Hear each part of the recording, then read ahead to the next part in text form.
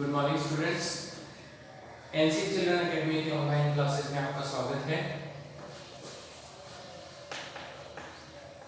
चलिए, तो 11th class के अंदर हमारा जो टॉपिक चल रहा था वो था पीरियोडिक टेबल, और पीरियोडिक टेबल के अंदर हम लोगों ने कुछ ऐसे हिस्टोरिकल इंपॉर्टेंस के चीज़ें पढ़ी थी, जिसके अंदर हमने देखा था कि पहले कौन कौन से साइंटिस्ट थे जिन्होंने एलिमेंट्स को अरेंज करने की कोशिश की और उनके अंदर क्या क्या कमियां थी, इनकी बात हमने करी। चलिए, अब देखिए मेंडलीव पीरियोडिक टेबल लॉ क्या था, मेंडलीव ने क्या कंसेप्ट दिया था और उसने कैसे पीरियोडिक टेबल को बनाया था। देखिए, फर्स्ट ऑफ ऑल अपन उसका लॉ जो है वो पढ़ते हैं। उसने कहा था the physical and chemical properties of elements are periodic function of the their atomic mass. उसने कहा था कि एलिमेंट्स जो हैं उनके फिजिकल और केमिकल प्रॉपर्टीज जो हैं, एलिमेंट्स की फिजिकल और केमिकल प्रॉपर्टीज जो हैं वो उन एलिमेंट्स के एटॉमिक मास के पीरियोडिक फंक्शन होते हैं। पीरियोडिक फंक्शन का मतलब ये है कि जब एलिमेंट्स जो हैं उनका एटॉमिक मास बढ़ेगा या एटॉमिक मास घटेगा तो उनके जो केमिकल और फिजिकल प्रॉपर्टीज हैं ना वो उसके साथ चेंज होंगे। ठीक है, उसमें चेंजिंग आएगी कुछ ना कुछ। तो ये उसका मतलब था। दोबारा पढ़ लेते हैं। The physical and chemical properties of elements are periodic function of their atomic mass, यानी कि एटॉमिक मास पे डिपेंड करते हैं। और एटॉमिक मास के साथ साथ अगर एटॉमिक मास चेंज होता है तो उसके साथ साथ क्या होगा, उनके जो पीरियोडिक फंक्शंस हैं वो भी चेंज होंगे। क्लियर है? पीरियोडिक टेबल, अच्छा पीरियोडिक टेबल जो है उसकी कोई खास इंपॉर्टेंस है नहीं। मेंडलीव की जो पीरियोडिक टेबल है उसकी इंपॉर्टेंस नहीं है क्योंकि उसके अंदर बहुत सारी मिस्टेक्स थी, लेकिन फिर भी मैं आपको शॉर्टकट में थोड़ा बताता हूँ उसके अंदर क्या क्या उसमें था। पीरियोडिक टेबल के अंदर 8 कॉलम थे। फिर उसके बाद में जब जो है इनर्ट गैसेस को डिस्कवर कर लिया गया तो उसमें कॉलम 9 हो गए थे। जो पुरानी पीरियोडिक टेबल थी उसमें 8 ही थे जो मेंडलीव ने बनाई थी, और फिर मेंडलीव के ही टाइम में उसी पीरियोडिक टेबल के अंदर 9 कॉलम बन गए थे। कॉलम किनको कहा जाता है, यानी कि जब पीरियोडिक टेबल इस प्रकार से हम बनाते हैं तो जो ये खड़े खाने हैं इस प्रकार से, जो ये है वर्टिकल है, वर्टिकल जो लाइंस हैं, वर्टिकल कॉलम्स जो हैं उनको कॉलम कहा जाता है। क्लियर? फिर उसके बाद में 7 इसके अंदर पीरियड थे। इसका मतलब ये हुआ कि इस तरीके से ये कॉलम इस प्रकार से बनेंगे, ये 7 थे, इनको पीरियड कहा जाता है। इस प्रकार से है ना, 3 2 5 5 बनाए, टोटल 7 होंगे। तो इस तरीके से हो गया। तो 7 पीरियड थे और 9 कॉलम थे। ठीक है, पुराने वाले में पीरियड थे, उसके बाद में 9 कॉलम थे। तो 9 कॉलम 7 पीरियड। अच्छा, दूसरी बात, फर्स्ट पीरियड जो था उसमें सिर्फ 2 एलिमेंट थे, यानी कि ये वाला फर्स्ट पीरियड हो सकता है, इसके अंदर सिर्फ 2 ही एलिमेंट उसने रखे थे। सेकंड, इसको क्या है, स्मॉल पीरियड कहा जाता है। सेकंड और थर्ड जो थे उसमें 8 एलिमेंट हैं। ये जो चीजें लिखी हुई है ना, ये अभी जो मॉडर्न पीरियोडिक टेबल है उसके अंदर भी सेम ही है, इसी प्रकार से हैं ये। ठीक है, तो ये वो प्रॉपर्टी है जो अब वाली पीरियोडिक टेबल के अंदर भी है। तो सेकंड और थर्ड में 8 एलिमेंट थे, फोर्थ और फिफ्थ में 18 और सिक्स्थ में 32 एलिमेंट थे। सेवंथ जो पीरियड था वो अनकंप्लीट पीरियड उसको माना जाता है, वो आज भी अनकंप्लीट ही है। ठीक, तो इस तरीके से उसने पीरियोडिक टेबल को उनके एटॉमिक मास के हिसाब से एडजस्ट कर दिया था। यहाँ पर एटॉमिक मास, जैसे यहाँ कोई एलिमेंट ए लिखा, फिर बी लिखा, फिर सी डी ऐसे करके लिखे, तो उनको एटॉमिक मास के इंक्रीजिंग ऑर्डर में उनको एडजस्ट किया था। मेन इस पीरियोडिक टेबल का जो कांसेप्ट ये था कि एलिमेंट्स जो है उनके इंक्रीजिंग एटॉमिक मास के ऑर्डर में अरेंज किए गए थे। समझ में आई बात ये वाली?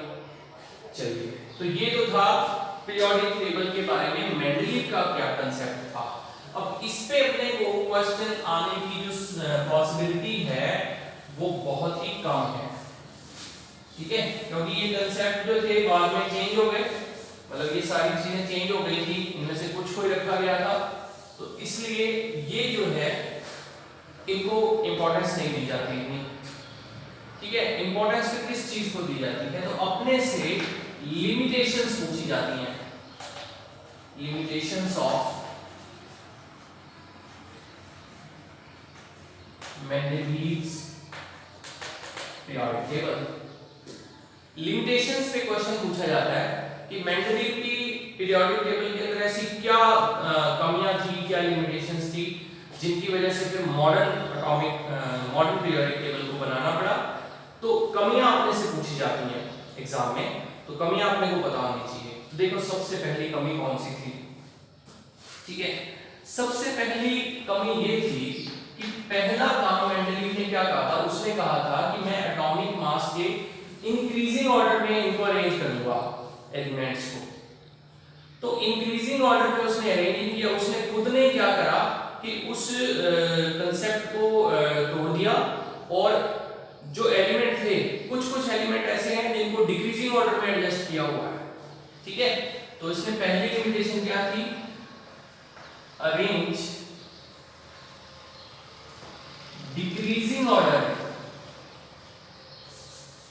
Arrange element in decreasing order. Decreasing order में हमको एडजस्ट कर दिया, तो ये पहली लिमिटेशन थी, मतलब उसने खुद का जो रूल था उसी को तोड़ दिया। Second, position of isotope. Isotope की पोजीशंस जो थी उनको उसने क्लियर नहीं किया। एक्चुअली में आइसोटॉप क्या होते हैं, आइसोटॉप उनको बोला जाता है भाई एक ही एलिमेंट जो है उसमें क्या होता है कि उनके एटॉमिक नंबर तो सेम होते हैं लेकिन एटॉमिक वेट अलग अलग होते हैं। आइसोटॉप किसको कहा जाता है, एटॉमिक नंबर सेम होगा लेकिन एटॉमिक वेट अलग अलग होगा।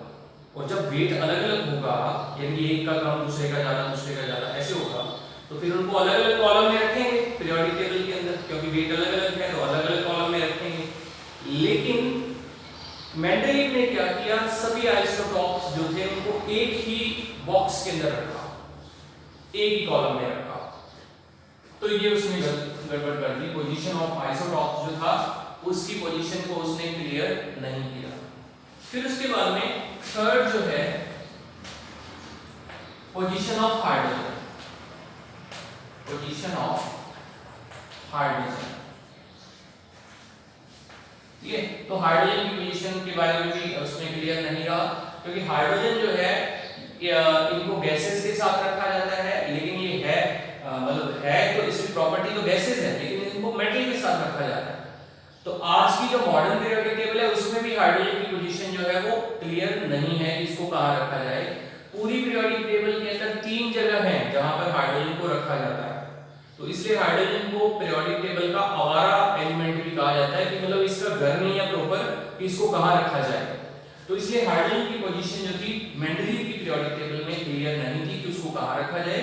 हालांकि ये मॉडर्न पीरियोडिक टेबल में भी अभी तक क्लियर नहीं है कि इसको कहां रखा जाना चाहिए। क्लियर। फिर उसके बाद में हाँ फोर्थ जो है वो ये है कि एलिमेंट्स ऑफ डिफरेंट प्रॉपर्टीज,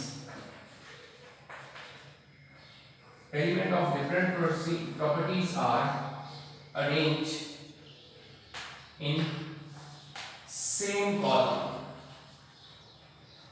एक ही कॉलम में रख दिया डिफरेंट प्रॉपर्टी वालों को।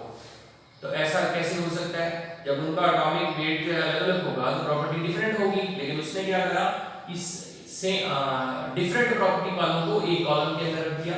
और इसी को फिर उसने क्या करा, इसने क्या कर दिया कि जो सेम प्रॉपर्टी वाले एलिमेंट थे उनको क्या कर दिया, डिफरेंट कॉलम में अरेंज कर दिया, उल्टा कर दिया। यानी कि जो तो डिफरेंट थे उनको तो सेम कॉलम में रख दिया और जो सेम प्रॉपर्टी वाले थे उनको डिफरेंट कॉलम के अंदर एडजस्ट कर दिया, ठीक है। तो यहां गड़बड़ हुई सारी। तो ये उसका एक और जो है लिमिटेशंस है उसकी पीरियोडिक टेबल की, ठीक है। फिर इसके बाद में 6 जो है वो है लैंथेनाइड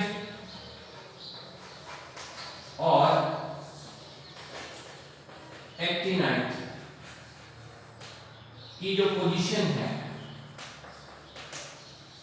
वो कंफर्म नहीं है, वो मॉडर्न पीरियोडिक टेबल में भी कंफर्म नहीं है, उनको अलग से जगह दी गई है पीरियोडिक टेबल के अंदर, और इस पीरियोडिक टेबल में भी उनको अलग से जगह दी गई थी। तो लैंथेनाइड एक्टिनाइड जो है वो जो कमी है वो मॉडर्न पीरियोडिक टेबल के अंदर भी है और इस वाली के अंदर भी ये लिमिटेशंस थी कि इनको मेन पीरियोडिक टेबल में जगह नहीं दी गई थी, इनको अलग से रखा गया था। ठीक है, तो ये यहाँ पर इसमें लिमिटेशंस थी, जिसकी वजह से जो पीरियोडिक लॉ है मेंडलीव का, वो पीरियोडिक लॉ जो था वो एक्सेप्ट नहीं किया गया, और फिर बाद में उसको मोजले जो है उसने चेंज कर दिया और उसने फिर अपना मॉडर्न एटॉमिक लॉ दिया, मॉडर्न पीरियोडिक टेबल लॉ दिया। मॉडर्न पीरियोडिक लॉ के बेसिस पर ही फिर मॉडर्न पीरियोडिक टेबल को बनाया गया था। क्लियर है? तो नेक्स्ट वीडियो के अंदर हम मॉडर्न पीरियोडिक लॉ के बारे में पढ़ेंगे कि वो क्या होता है। आज के वीडियो में